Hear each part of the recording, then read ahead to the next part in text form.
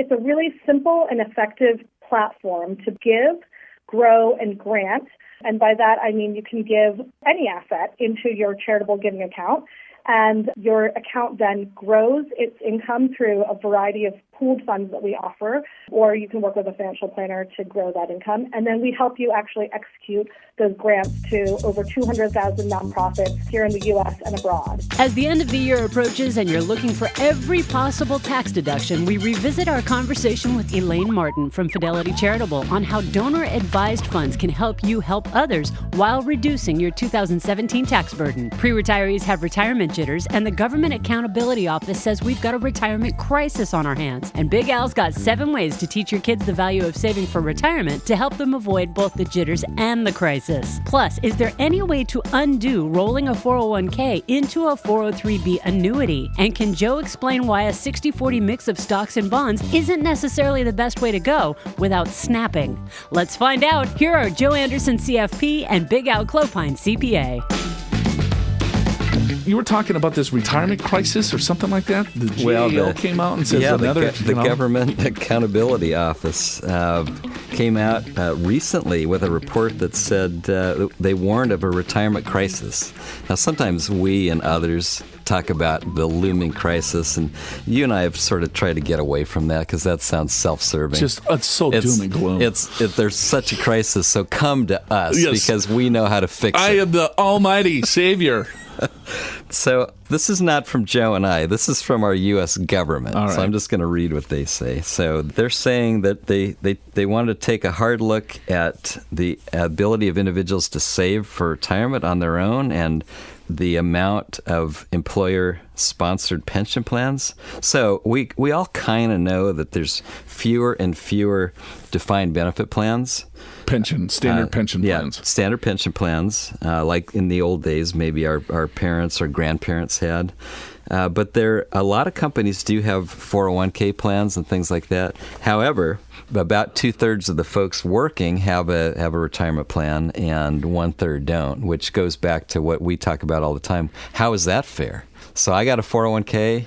I'm over 50. I can save $24,000. Next year, $24,500 into my 401k. Joe, let's say you work for a company that doesn't have a 401k. You're under 50. You can do an IRA for $5,500. Right. I can do $24,500. You can do $5,500. Right. How is that fair? It's not. It isn't. It's BS. Yeah, it is. And, I was, we created a new class. I teach a retirement planning course. I have been for the last 10 years. And so I'm teaching more of a wealth creation class for younger individuals, 35 to 55 versus, the standard 55 to 70. This is what you need to do, set yourself up, create the retirement income, Social Security strategies, pensions, and so on. So I got into it a little bit there, Big Al. You did. When it comes to, because some questions, I think when it comes, people my age, they're not understanding what they need to do, and they hear certain things, right. Such as, I have this retirement plan through my employer, but the fees are too high, so I don't think I should be saving into it. And I was like, okay, well, what is your gauge on too high, right? And you have a 401k plan, save money into it because you have a company match and it's a pre-tax contribution or an after-tax into a Roth. I don't care what the fees are. That's a justification as to why I shouldn't save. Yeah, exactly. It's just like, well, I don't want, I want to spend. I want to spend it all. Yeah, well, you got to talk to Lux so I can still save and then spend. It's like, no, I don't want to spend, because of this. It's just excuses. No, throw money at it. I understand that fees are a drag on your overall return. I get it. I've been doing this a long time. Right. However, if you take a look at someone that has a 401k plan that have saved into it minimal with a match versus someone that doesn't have a 401k plan, the person with the 401k plan will win every single time. Sure. Al and I have seen thousands of you that come into our office that we can help, but I would say 90% of your liquid assets are in a retirement account. Most people don't have the discipline to save outside of a retirement account. They just don't. So I save into my 401k, I max that out, maybe I do a Roth IRA, and that's it. Everything else is spent, and which is fine. But if you don't have that 401k plan because it's not out of sight, out of mind, out of your paycheck, then it gets very difficult to save. So I digress. Go ahead. No, that's absolutely right. And so they also in this report identified that Social Security trustees project that at the beginning in 2035, the trust fund will be unable to pay full retirement benefits, which is true. And so something has to happen between now and then, and they probably can. They probably can fix it. But to do so will cause more people to pay more taxes, or maybe the retirement age will be delayed, or probably a combination of things. Some people are concerned, Joe, that they'll have means testing on Social Security, and maybe they will, maybe they won't. It's hard to say. Right. But Well, there's means testing now on Medicare. Right, there is. Right, the more income that you make, then the higher Medicare premium that you have. And in a sense, they have it on Social Security because the more income you make, the higher percentage of taxed. Social Security is taxable. So that's an issue. And then, of course, we're living a lot longer. So again, they focused on there's a lot less traditional defined benefit pension plans.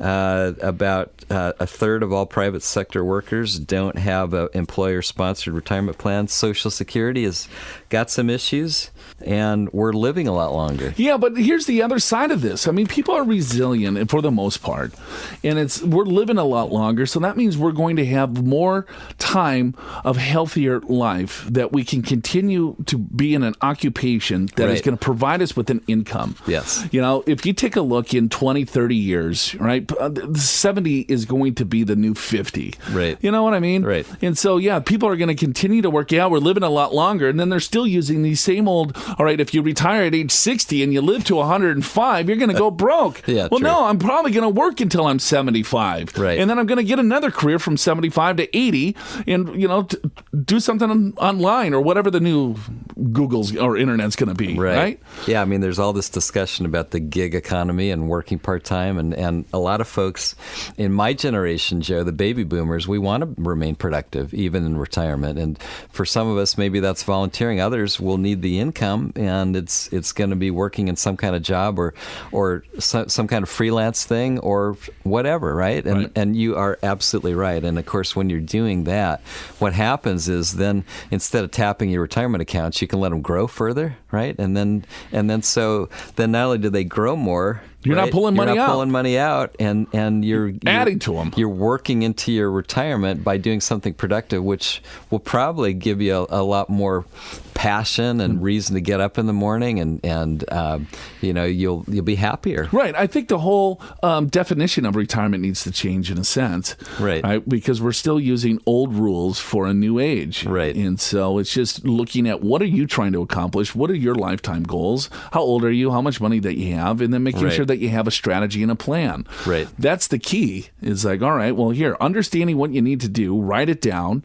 and then making sure that you know, just keep yourself on check. Right. And if you can't keep yourself in check, then you hire someone to do it, or have your spouse do it, or have a neighbor do it. Right. There's a lot of different quick fixes that you can do, and I don't think that there's a looming retirement crisis, but what the hell do I know? That's what the GAO says. Although they do say, Joe, real quickly, one of their suggestions is to promote universal access to retirement savings plans. Hey! I like that. I do. That's number one. Yeah, but then the contribution limits is going to be about $2,700. $2,400. Yeah, $2,400. That's it.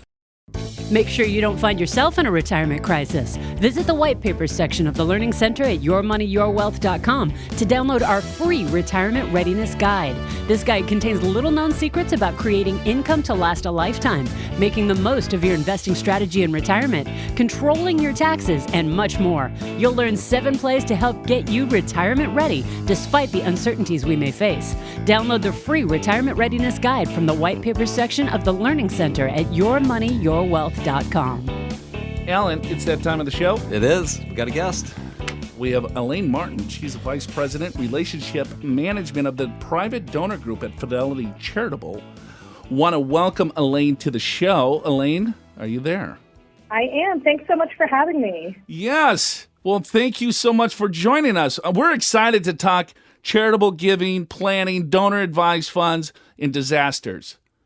Well, I think donor-advised funds are becoming to be a hot topic down in Southern California, but across the nation. And so I'm really looking forward to sharing what we're doing with you. Hey, well, let's talk first. Tell our audience a little bit more about Fidelity Charitable. What's your role there? What do you do? And, what are some of the functions that you work with? Yeah, absolutely. So We are the oldest national donor advised fund in America, and that means that we are working with donors across the U.S. to help them do more tax-efficient, high-impact grant making. And what a donor advised fund is, it's a really simple and effective platform to both give, grow, and grant. And by that, I mean you can give charitable asset or any asset into your charitable giving account. And then your account then grows its income through a variety of pooled funds that we offer, or you can work with a financial planner to grow that income. And then we help you actually execute those grants to over 200,000 nonprofits here in the U.S. and abroad. And so I actually work with donor families around the country who are really interested in doing highly effective grant making. And last year alone, we gave out about $3.5 billion in grants to nonprofit charitable organizations in the U.S. All right. So, in real simple terms, right? So because we use donor advised funds with our clients quite a bit as a tax strategy if they're already, giving to certain charities. And a donor advised fund is that instead of giving directly to the charity, let's say if I'm giving $10,000 a year to a certain organization, what a donor advised fund do is maybe accelerate that tax deduction, if you will.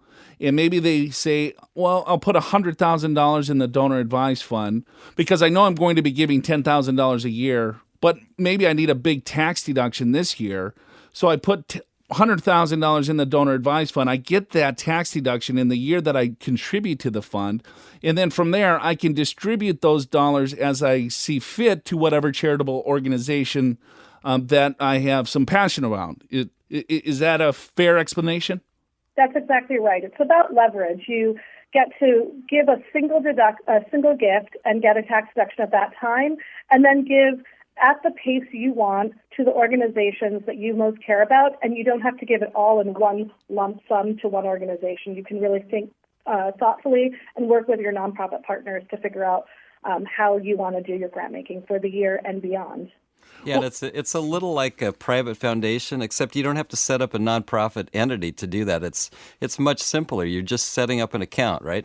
That's exactly right. I love describing it as a private foundation for everyone, and we really make it easy to. I actually manage a team of relationship managers who can serve as almost like your program officer of your foundation, who will work with you to identify what your giving goals are, what your strategy might be, and then help you figure out how to actually work with those nonprofits directly to make it as simple for you as possible. If I know of an organization that I want to give to, is there like an approved list that you have to vet, or could I give it to any organization that I see fit? If it's a 501c3 organization, IRS qualified organization, you absolutely can give to it through us. We do review all the recommendations to make sure that they are doing response. If you designate it for hurricane relief, we'll make sure that it is actually going to that to the program that you're recommending. And so that's absolutely fine. And we see many donors doing that. In the first few days after the crisis, we saw a lot of giving to the Greater Houston Community Foundation, for example. And that we hadn't yet recommended because we were waiting for confirmation on the fund that they were setting up. But that was an organization that many of our donors knew about and wanted to give to right away, and we absolutely supported that. Hey, thinking about disasters, Elaine, domestically versus internationally, it seems like a lot of people have a lot of causes internationally, but certainly there's things going on in the United States. Is that changing in terms of where people are giving, or what are the current trends? Yeah, international giving has been on the rise for the last few years, and we've actually seen probably a 4 or 5% increase in grants going out to international causes over the last year or two. And all our donors really do a great job in responding to international crises like the Nepal earthquake or the floods in India. I think what we're seeing right now with Hurricane Irma is that we see a huge response around Harvey and what's happening in Texas, because that was the longer-term crisis that we knew about for the last couple of weeks.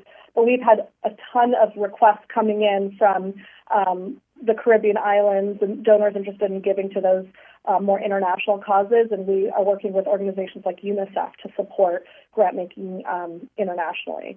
So I think the increasing trend around international giving, and the world is becoming smaller. So we saw the Mexican earthquake happen, we saw the monsoons in Asia, and our own hurricanes happening all simultaneously, and we saw giving to all three of those things consistently by our donors.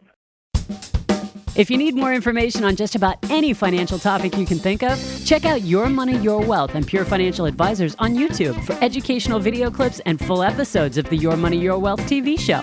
Yes, you can actually see what Joe and Big Al look like in person. We've got videos on planned giving strategies for creating charitable tax deductions. Sound familiar? You can also watch and learn about Roth conversions and recharacterizations, how to pay 0% on capital gains tax rates, and do a pre-retirement review. There are literally hundreds of videos to get you up to speed on just about every money topic that affects you. Just search YouTube for Pure Financial Advisors and Your Money, Your Wealth and start binge watching with purpose. Check back regularly because we're always adding new videos. Welcome back to the show. Show's called Your Money, Your Wealth. Joe Anderson here, certified financial planner. Big Al Clopine, he's a CPA. We're talking to Elaine Martin. She's over at Fidelity Charitable. The website again is www.fidelitycharitable.org. Hey, let me ask you, you mentioned grant making, and so what does that mean, or how does that relate to a donor advised fund? Oh, so, when you make a recommendation of a gift to a nonprofit, we call that a grant. We call that, and I consider that grant making. So you don't have to be a big foundation to make a contribution out of your giving account. This is really just the recommendation of a gift from your donor advised fund out to the nonprofit that you want. And so for folks that have donor advised funds, it's are most of those suggested grants coming from the account holder, or are you guys in many cases recommending the charities yourself? Oh, well, we provide guidance on our website that the donors are really doing their own due diligence as well and making their recommendations beyond that. So, in the first week of the response to Hurricane Harvey, we saw grants going out to many local organizations that Texas donors knew about, and then we saw large grant making to our guidance as well. So I think it's both. What is your website? Oh, it's fidelitycharitable.org, .org, and we would love to have that's where you can look for guidance around both giving to hurricane response, but we also have strategic guidance around how to think about your giving. We have a great program called Boost Your Giving IQ, which gives guidance around how to think about creating a mission statement. What are your values, and what early experiences might help inform how you think about how you want to give in response with your donor advised fund to improving the world. I think that's great because I think there's a lot of people that, are charitably inclined, but they really don't know where to start. They don't know they might have passions for something that they don't know even where to go to give to. And they might start their own Google search, and then next thing you know, they might find what they think is a legit organization. But you probably know this way more than Al or I, but there's a lot of fraudulent, individuals that take advantage of people, and especially in time of crisis. How do people protect themselves? Yeah, we recommend partnering with organizations like GuideStar and Charity Navigator, which are both organizations that review nonprofits and give them ratings around how they assess the effectiveness of those nonprofits and whether or not they are truly IRS qualified charities. And so we would recommend partnering with them. There's also the Better Business Bureau, which of course can tell you whether or not an organization is legitimate. And I never underestimate the power of community and talking to others about what their experiences have been about a nonprofit that you've heard about or spoken to, and looking through the website of a nonprofit and making sure that they really are doing what they're saying they're doing. Is it advantageous to have a donor advised fund when it comes to giving in a disaster situation, or is it just as good just to give directly? I think in a disaster situation, there's a strong emotional response which can spur giving. And we empower our donors to take action, and the donor advised fund means you have a ready reserve available to react and to give, immediately when the crisis hits. And that's oftentimes you have that gut instinct, you see something and you want to respond. The donor advised fund means you don't have to think about, you have to just go on to our website or, call your relationship manager and say, I want to recommend a grant and make it happen. And I think it's a really wonderful way because we do vet the charities. We make sure they're accepting funds for the relief efforts, and we deliver those grants electronically daily. So that, a lot of organizations, if you're trying to do it yourself, you might be giving, and it might be, you want to send a check. In Houston, for example, so the roads were closed. So a lot of those organizations couldn't receive checks because the post offices were closed. We want to be able to enable grants to hit the ground running and so that the nonprofits doing the great work can respond right away. A couple of thoughts that I have is that if I'm going to be giving to a certain organization that I'm maybe not be familiar with, how do I know where, how the capital is being utilized? What are they actually doing with the money? I think we recommend working, with those charities directly, asking them, how are you planning on responding to the relief efforts? What are their processes around accounting, and asking them, what fiduciary oversight do you have for larger than normal contributions? And I think working closely with those nonprofits is one way. Another way is actually working through us, as I said, through organizations like GuideStar to see what their ratios of spending are around and how experienced they are in these kinds of situations. And that goes not just for disaster, but for any kind of response that you might be looking to do. If you want to give around health issues or if you want to give around the arts, you can do the same thing. We're talking to Elaine Martin. She's Vice President Relationship Management for the Private Donor Group at Fidelity Charitable. A couple of last questions here for you, Elaine. Is that, all right, well, I don't have a ton of money, but is there like a minimum if I'd like to give to several different charities, maybe 200 here, 500 here, 100 here? Or is this really geared towards someone that is giving thousands, to certain organizations?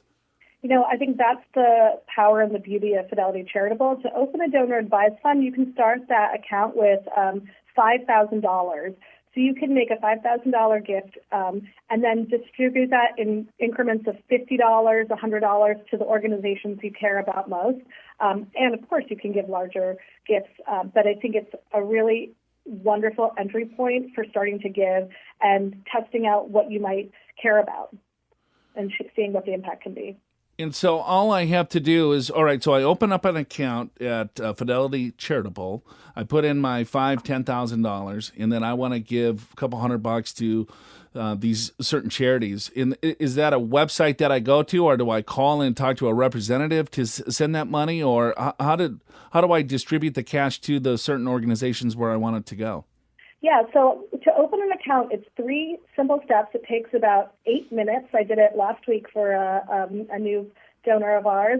And you can do it online through fidelitycharitable.org. But equally, you can do it through your financial advisor, your CPA or lawyer can work with you, or you can call us and we have a 1-800 number we'd be happy to share, and you can do it over the phone. And when you want to make the grants, same thing. You can just go on to our website, and there's a simple drop-down process, and you can make multiple donations, recommendations at the same time, or you can call us, and we will process those over the phone for you. Well, that's great stuff, Elaine. I really appreciate your time. Big plans for the weekend? Well, I'm actually going out to San Francisco to support a funders collaborative at Stanford University, which will be looking at how we continue to support our donors in high-impact philanthropy in collaboration with other funders who are looking at the same issues. And so we're looking forward to that. Really? Well, I'm going to sit on my couch and drink beer and watch the Florida Gator football. Man, you are just all over the place, Elaine. She's way more impressive than us. Yes, totally. I'm just trying to lighten the thing up here. You asked. Well, I know. I am a massive Patriots fan, so I don't know how that plays out in Southern Cal, but I'm looking forward to watching the team play as well. Yes, as you're feeding the homeless and came up with the new ideas to help everybody. Yes, exactly. That's Elaine Martin, folks. Probably one of the nicest, most wonderful person in the world. All right, we got to take a break. Show's called Your Money, Your Wealth. We'll be back in a second.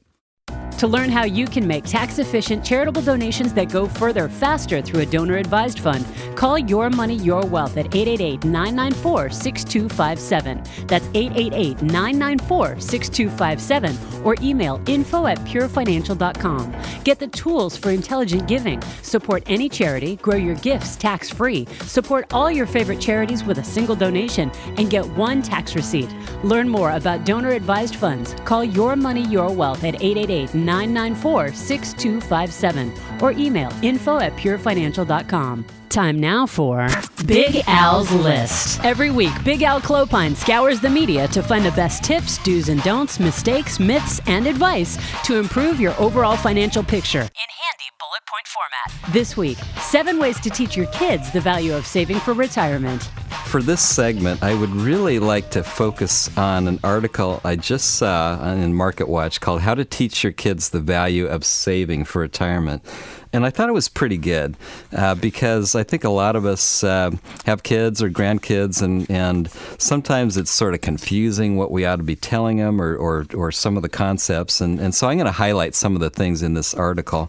The first one, it said the magic of compounding. $1 now equals $14 later. And the concept here is that, like the example is you invest $1,000 in the S&P 500. If you did that 30 years ago and just let it sit there for 30 years, then you would have almost 14,000. Let's say almost 14,000 is what they came up with. Now, interestingly enough, so that's interesting. But to me, that's not earth-shattering. But what is earth-shattering? I did my own calculation, which is this. What if you still save $1,000, but let's do it monthly? Let's do $83.33 per month. 12 months, that's $1,000. And let's just not put it in once. Let's do it every year, every month for 30 years. And that 30-year period, you've got $153,000. Now that's starting to get interesting. And if you could do this for 40 years, you would have $390,000 just by saving $83.33 per month. That's $1,000 per year. And you know what? If you break that down to a day, it's less than $3 a day. And I'm pretty sure that if you thought about it, there's a lot of ways to save $2-3 a day and make this happen. And you think, you know what? If you could save $10 a day, that's almost 4 times.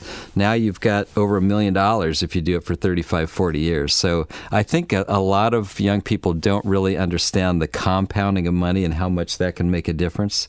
Second thing is to save the right way. By the right way is looking at those investment vehicles that are going to allow you to put money in, particularly retirement accounts that you don't touch. Because a lot of times when you save money in your regular savings account, you'll find ways to spend it. But if your son or grandson, daughter has 401k, 403b, they can put money into that. If they don't, they could set up their own IRA plan or Roth IRA. Maybe if they're self-employed, they could have a SEP IRA plan. Maybe you want to put money into a 529 plan for their college. So there's lots of ways to save. And I would say this, a lot of young people, when they're first starting out in their career, their salaries are not as high as they're going to be later. Their tax bracket's not that high. A regular IRA or a regular 401k contribution is probably not going to be nearly as effective as a Roth IRA contribution or a Roth 401k if they have them, because the tax deduction doesn't make that much difference when you're in a low tax bracket, but that compounding of income, interest, and growth for 30, 40 years, whatever it may be, all of that being tax-free, that's a huge advantage. And actually, to be honest, a lot of millennials are aware of that, and they're the ones that are saving the most into these Roth plans, and I think that's a great way to go. Next point is the article talks about a better budget, setting up a budget, sticking to it, but that's sometimes difficult for, I would say, most people. Most people don't really have the interest or discipline to do that. So the workaround on that is to just simply pay yourself first, to have the money go directly to the 401k, to your Roth IRA, directly to your savings account, maybe all three, whatever it may be, whatever the case is for your kid or grandkid. And then it's out of sight, out of mind. Then whatever's left, you can spend. You have to do maybe a little planning to figure out how much to save. And I think without any planning at all, I would say a really good goal is 15% of your income. So what that means, let's say you make $100,000, which would be a great salary, but just because it's easy math, that would be $15,000. Or if you make $50,000, 15% would be $7,500 per year, something like that. Now, something for you guys, being the parents and grandparents, is you can make annual gifts of $14,000 per year for your kids or grandkids. And a lot of people are confused about that. Do they get a tax deduction, or how does this work? And the answer is no. There is no tax deduction, but there's also no income for your kids or grandkids. So that's how gifts work. If you give more than $14,000, well, then you personally have to fill out a gift tax return, and you may not be able to have as much estate tax exemption when you pass away. But then you want to think about, well, I don't just want to give them the $14,000. Maybe I can have them put it into a Roth IRA, and of course Roth IRAs would be only $5,500, and maybe that's what you want to give. Now they would have to be working; they would have to have earned income. But wouldn't that be a great way for you to ensure that their retirement's going to be better? Is to give them, instead of giving them $5,000 or whatever the amount may be, and then them spending it, why not opening up an IRA? They actually have to open it up in their name, but you can fund it as long as they have earned income. Or as I said, a 529 plan, that might be enough as well. Another point in this article is savings and how much is enough. And this is where a lot of people, it's hard. There's not a lot of guidelines on how much you should save until Fidelity, among others, recently kind of came up with kind of a guide, which is by the time you're age 30, you ought to have saved about 1 times your salary. By 40, about 3 times your salary. So I'm going to use 100,000 again because it's easy math. 3 times 100,000 is 300,000. You're making $100,000 at age 40. You ought to have about $300,000 saved, and that savings can be in 401ks. It could be IRAs, Roth IRAs, regular savings accounts. By age 50, the number is 6 times. By age 60, it's 8 times, and by age 67, which is the Social Security full retirement age in a couple years, that's 10 times. The final 2 ways to teach your kids the value of saving for retirement are to use yourself as an example to your kids or grandkids and to seek professional help. For example, if you're in the San Diego area, you and the family could join us for a 1-hour lunch and learn with a certified financial planner on Thursday, November 30th. We'll look back, review the year's major headlines, and discuss what may be ahead. Learn what the data is telling us about the economy's health, what the financial experts predict for the end of 2017 and the beginning of 2018, and which details you should pay attention to. Visit purefinancial.com/market update to register for this free event. Lunch is included. Visit purefinancial.com/market update. It's something that probably doesn't apply to a lot of people, fortunately, but if it does apply to you, this is a big deal, Joe. If your spouse is in the military and passes away, you'll typically get like a $400,000 life insurance payment, and if it's in combat, oftentimes you get another $100,000. So it's $500,000 for the surviving spouse, and the surviving spouse is allowed to put that entire $500,000 into a Roth IRA, which is cool. No taxes to be paid on it, and then it goes into a Roth IRA, and all future growth and income is 100% tax-free. Jason Thomas is a new advisor of ours. He's a certified financial planner. He's up in LA, and basically his role is financial education. We teach a lot of adult education courses throughout Southern California. We teach a ton in San Diego. We teach a few in Orange County. And then I think he'll be teaching at UCLA, CSUN, and there's a couple of other state schools and universities that he'll be teaching at. It's all adult education. It's for, people that are probably anywhere from 50 to 75 that are looking to, do something a little bit better with their money. And he recently came on. He used to teach certified financial planners how to be a certified financial planner. Right. And he's done some online stuff. And he also had this weird contract with the federal government. Yes. Where he worked with widows and widowers, survivors of military, and trying to help. Let's say if there was a child that just received $500,000, right? Father, perished, right? And then he said that the biggest challenge, because there's great benefits, you can roll all of that into a Roth IRA. Let's say the individual that received that is 20 years old, right? I mean, all that could compound tax free. That you'll for your retirement. I mean, your whole retirement's tax free. Yeah, significant, right? Right. Yeah, but he was like, the toughest part was like, all right, no, don't buy the Maserati, right? Right? Sure, yes, sure. I understand that you want the Ferrari, Yeah. but just that is key, just to have that, because you've heard the saying, short sleeves to short sleeves in what two generations? Yeah, right. And then if someone Yes. inherits like a large inheritance, and I forget what study, don't quote me on this, I'm guessing, but it was like 18 months where a lot of those big inheritances are gone. So yeah, it tends to be, Joe. We all kinds of studies bear this out. When you get money that you didn't really earn yourself, it feels differently. Right. Same thing happens with lottery winners. Or Vegas. Yeah, right. So you bet $100, you win $5,000. Yeah. What are you going to do? You're going to I just got $4,900 free. Right. I'm going to try to parlay this. It's house money. It's house money. See if I can get 100,000. Let's do this. Well, anyway, this is from the HEROES Earning and Assistance and Relief Tax Act, which came under George W. Bush.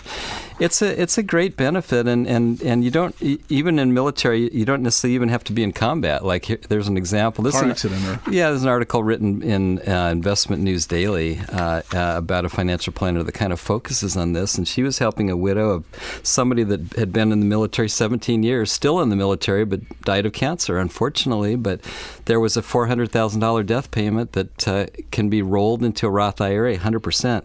And this advisor was talking about, she actually works with the custodian. In this case, it was she was trying to do this in Vanguard, and even Vanguard, whoever she talked to, right, didn't even know, never heard of this rule. Exactly. Now, sure enough, when this became public, the Vanguard didn't know the rule.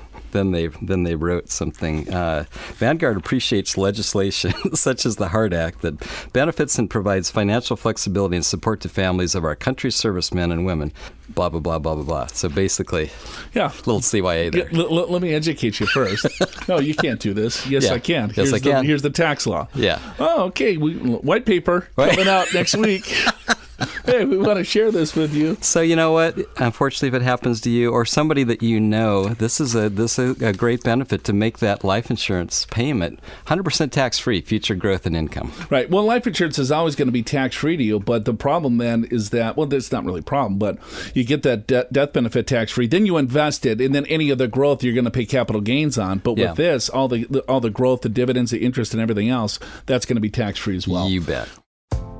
Keeping family records current and centrally located is a challenge, but it's especially important when a family member dies or becomes disabled. Make sure you're ready before you need it. Visit the white papers section of the Learning Center at yourmoneyyourwealth.com and download our free estate plan organizer. It's designed to help ensure your assets and desires are carried out upon your departure. Find all the relevant information, fill out the forms completely, keep them up to date, and store them in a safe, easily accessible place for your heirs. To get your free estate plan organizer, just visit the white paper section of the Learning Center at yourmoneyyourwealth.com. So, Joe, do you suppose some pre-retirees have financial jitters? Oh, boy. Great segue. Yes, I'm sure they're very jittery. Here's what to do, according to CNBC. Okay. I saw that article, too, and I deleted it. I should have. Getting close to retirement and feeling nervous about your finances? You're not alone. All right. People can For people facing this major life change, angst over transitioning to non-working years can morph into fears about their savings running out, or even if they had planned well in advance to prevent it. So, what are you supposed to do? I guess first of all, this financial planner says, first of all, you're normal. So I guess maybe if you feel like you're abnormal, no, this is a normal thing. But this one CFP says, take risk off the table.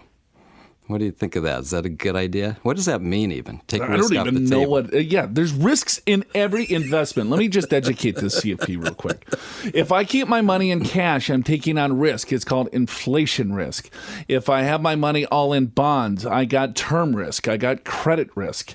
If I have all my money in stocks, well, then that's market risk. If I have my money in an individual stock, well, that's business risk. If I am trying to take distributions from my overall account and I don't have a strategy, that is called sequence of return risk. Wow, you're bumming me out. You're making me more jittery. Right? If I have all my money in, I don't know, pork bellies, right? That's called commodity risk. Made that one up. Yeah, I know. But no, I mean, it's just like take risk off the table. I don't know, take some chips off the table. Why are they talking in like gambling terms? Yeah, right. You have to find out what is the appropriate portfolio for you. What target rate of return do you need to generate? And the amount of money that you have in stocks and bonds has nothing to do with how much risk you can stomach, in my opinion, because a lot of you probably don't want to stomach any of the risk. As soon as you see a dollar drop in value, a lot of us freak out. So you want to make sure that you have a strategy, that you have enough fixed income in place to cover your income needs for 5 to 7 years. Right. So they're obviously she's getting into your asset allocation, stocks versus bonds. And you hear a lot of financial planners or people on CNBC, they talk about risk, getting it off the table. That just means probably having a lesser allocation in stocks.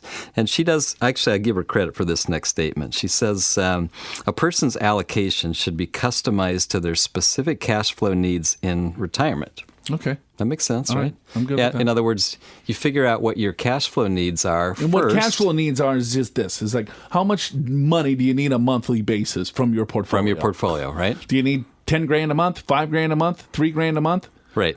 Figure that out. Yeah, and to take that a step further, what do you want to spend and how much do you have in Social Security and pensions? Subtract those two. See what's left over.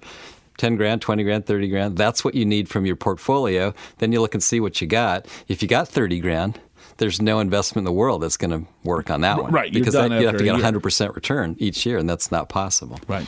Right? So then maybe you got to change your budget. And here's what she says, though, her next best recommendation, if you don't want to do that, 60-40. 60% in stocks, 40% in bonds and cash. Right. What do you think of that? It's better than, I don't know. It's better than if you don't want to take the time to do some planning for the rest of your life, to make sure that you don't run out of money, that you don't die broke, that you don't call your kids for a loan. Right. If you don't want to just do a little bit of planning, 60-40. So you spent 2 weeks planning your vacation. More than that. Yeah. And you don't want to spend a day trying to figure this out? 60-40. You know what? Just get on a bus.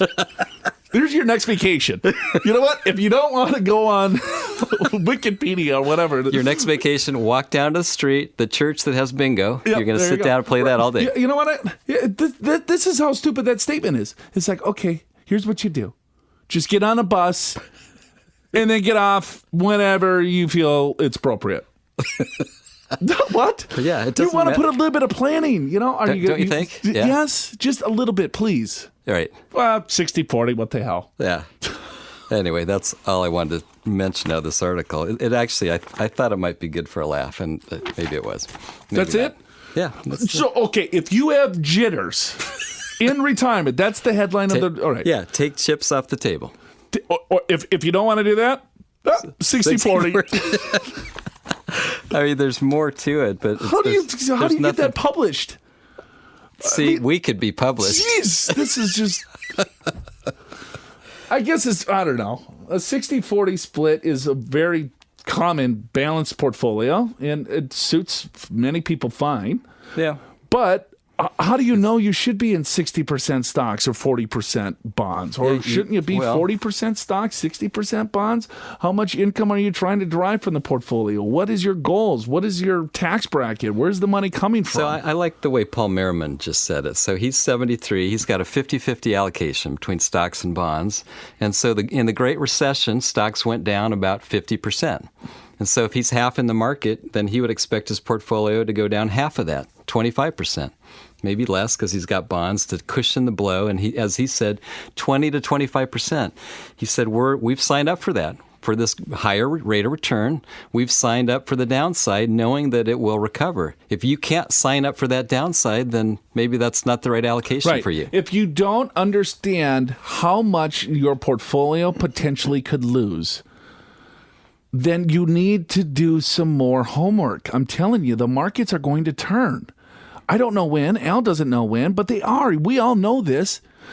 So are you going to be able to stick with your overall strategy? Do you have the right strategy? You got to spend a little bit more time. Yeah, that strategy might have worked over the last 9 years because we've been in the biggest bull markets ever, right? The markets are up 270 some odd percent from the low of 2009. We're in 2017, approaching 2018. Right.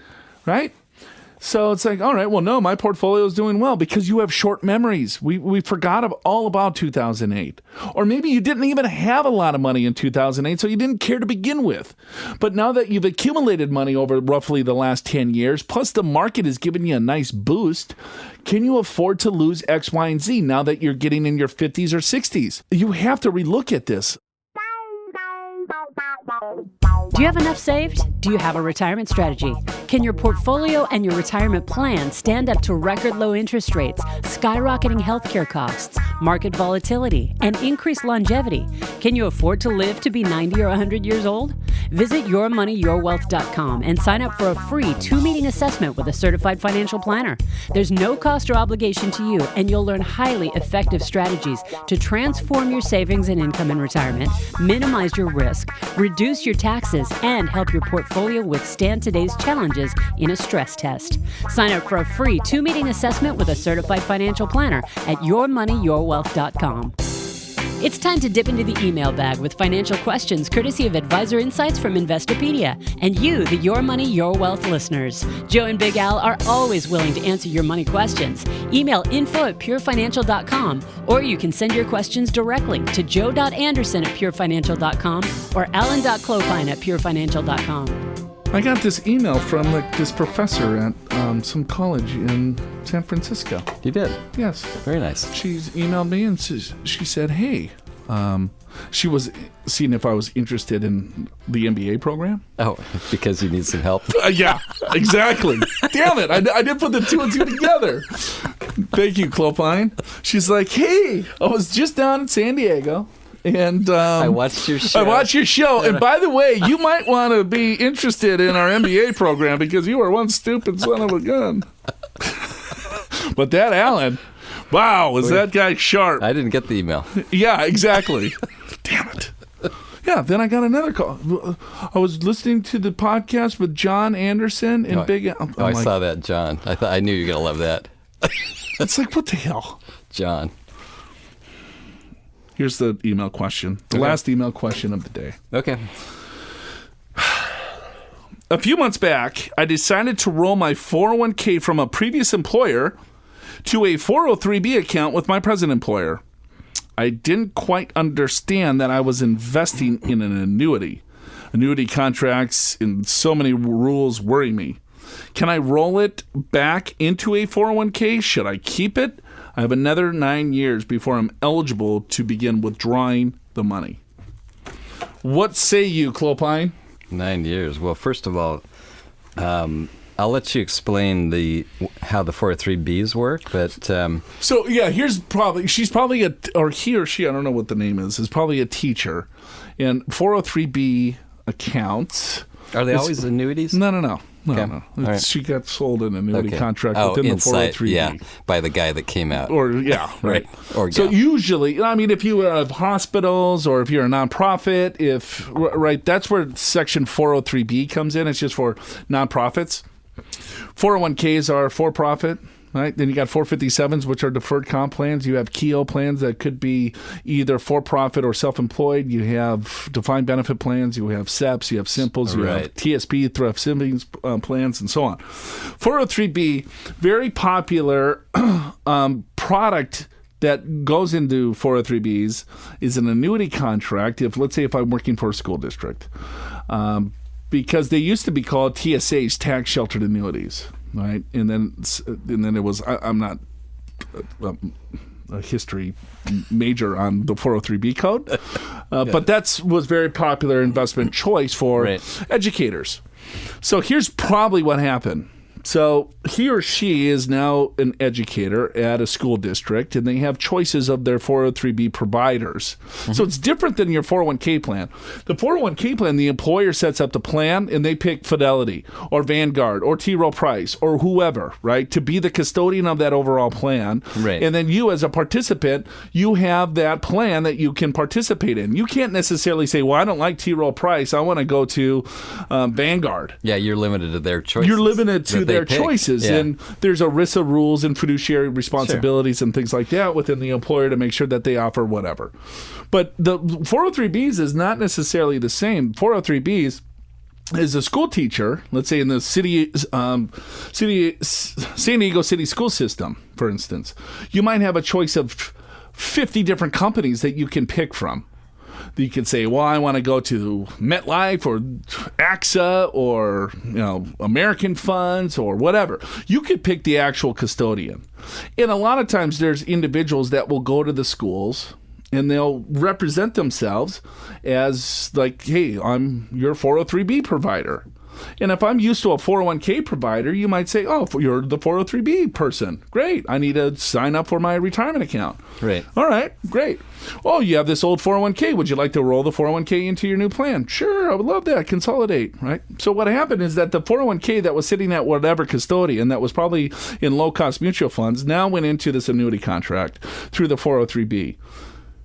Probably wasn't disclosed that it was an annuity contract when it went in until after the fact when they got the contract after the money's already been invested and there's probably a surrender charge and so on and so forth. So I'm guessing the 9 years is probably 9 years surrender? I'm guessing 9 years is when they think it's 59 and a half. Well, that could be either way, right? I'm guessing. It could be that or who knows? But it could be the surrender period. But a 9 year surrender, it's usually 7, 10. Well, I've never heard of a 9. But they're a year in, let's say. Oh, maybe.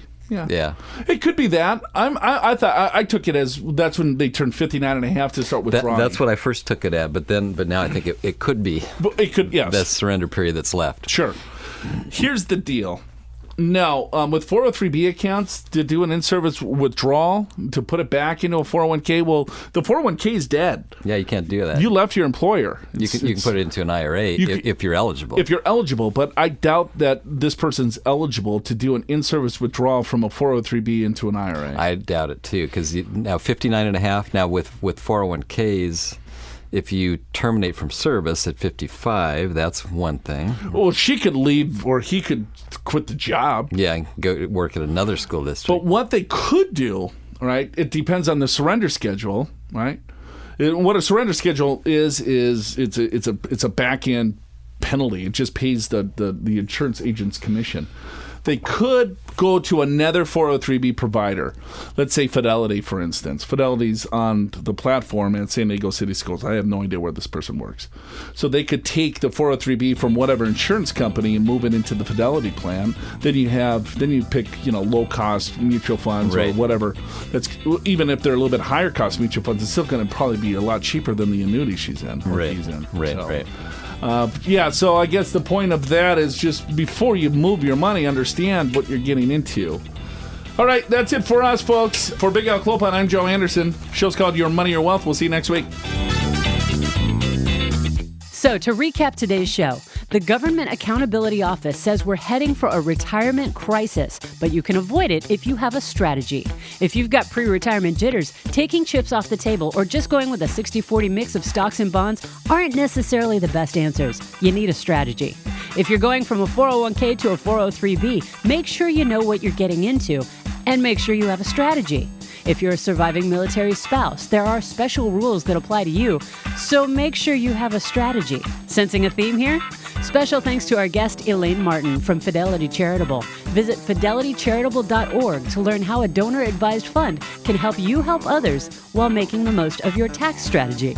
Subscribe to the podcast at yourmoneyyourwealth.com through your favorite podcatcher or on iTunes, where you can also check out our ratings and reviews. And thank you so much to our brand new reviewers. And remember, if you have a burning money question for Joe and Big Al to answer on Your Money, Your Wealth, just email info@purefinancial.com or call 888-994-6257. Listen next week for more Your Money, Your Wealth presented by Pure Financial Advisors. For your free financial assessment, visit purefinancial.com. Pure Financial Advisors is a registered investment advisor. This show does not intend to provide personalized investment advice through this broadcast and does not represent that the securities or services discussed are suitable for any investor. Investors are advised not to rely on any information contained in the broadcast in the process of making a full and informed investment decision. Your Money, Your Wealth opening song Motown Gold by Carl James Pestka is licensed under a Creative Commons license.